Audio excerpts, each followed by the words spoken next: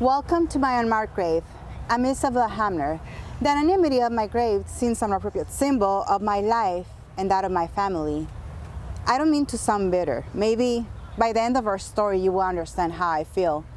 I'm here today with my mother, Rosie Moore. Moore is the name she adopted when she married my father. We were California Native people, the Modoc. My people lived in the northeastern corner of what is now California, in small villages between the great volcanoes, Shasta and Lassen. The Pitt River divided our land as it flowed into the Sacramento Valley, and on its banks we grew vegetables and fruit, picked acorns, and hunted deer and other animals. The arid land wasn't fertile enough to support a large population, but for thousands of years, our people were happy there. When the Europeans arrived on California's coast in the 1770s, they never ventured inland to our Modoc Plateau. In 1848, gold was discovered at a mill in Coloma. There was no gold where we lived, so we remained isolated from the changes. But 20 years later, when all the gold that was easy to find had been mined, the newcomers looked for places so they could settle. That's when they discovered our Modoc villages.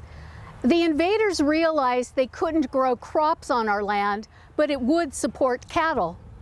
So they moved in, and they told us that we had to move north and live along the Klamath River on a reservation. Some moved, but most of us stayed because we knew how to survive on the dry land among the volcanoes. The invaders saw us as less important than their cattle. They burned our villages and destroyed our food supply. Then they blamed the violence on the Modoc. Sadly for us, the federal troops were on their side, not ours. So they moved in and told us we had to move north and live with our traditional rivals. When we resisted, they said we were savages. They said we didn't know how to make the best and highest use of the land. A small measure of revenge was when the leader of the federal troops, General Canby, was killed. He is still the highest ranking Army officer ever killed by Native peoples. The invaders and the federal troops created chaos through our villages. They had taken over our lands in other parts of the United States. They tried to do the same thing to us. Our Modoc men, including my father, held out for several years, but the federal troops had rifles and cannons. They ended up capturing our leaders. Most of them were banished to other parts of the United States. Those who were exiled to Oklahoma formed the Modoc Nation and carry on our culture and our spirit. Our elder chief was Kinpush. The soldiers didn't bother with his Modoc name. They called him Captain Jack. More than a dozen Modoc men, including Kinpush, were put on trial, convicted, and executed. The invaders often kidnapped children and sent them to live with American families so they could learn about American culture and grow up to live in American society. That's what happened to my mother. I was 12 years old when I was sent to live with the White Ross family in Lakeport, not far from where I grew up. They didn't treat me like one of their children. I was their servant. I cleaned their house, washed their clothes, and worked on their farm.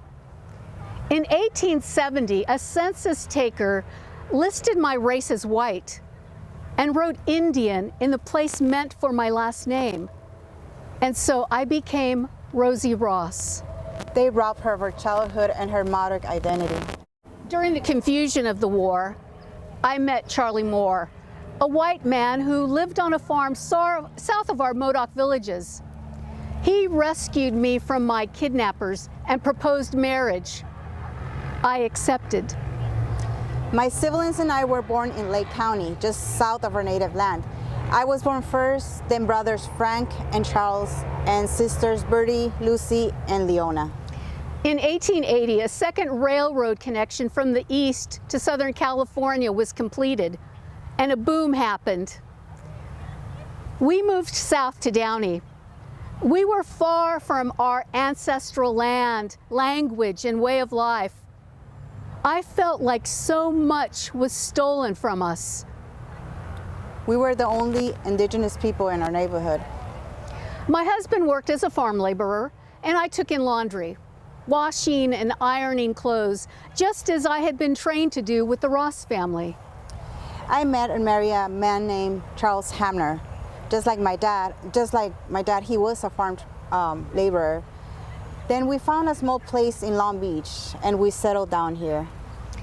I moved to Long Beach and I divorced their dad. I worked as a housekeeper for a nice family. I wish I could tell you that all of us went on to live long, happy lives far from the memories of the Modoc War and land between the great volcanoes. But that isn't what happened. I died in 1912. I was only 38 years old. A year later, my mother passed on. My brother Frank, he also had a very tragic life. His wife committed suicide, and after he died in a tragic accident while helping build Mount Wilson Observatory. Fortunately, the rest of my children went on to lead good lives with their families and gave me my beloved grandchildren. Still, I believe the lives of our ancestors live within us. And so for my grandchildren and their grandchildren and far into the future, we are the ancestors they carry with them. Thank you for stopping to hear our story and for supporting the Historical Society of Long Beach.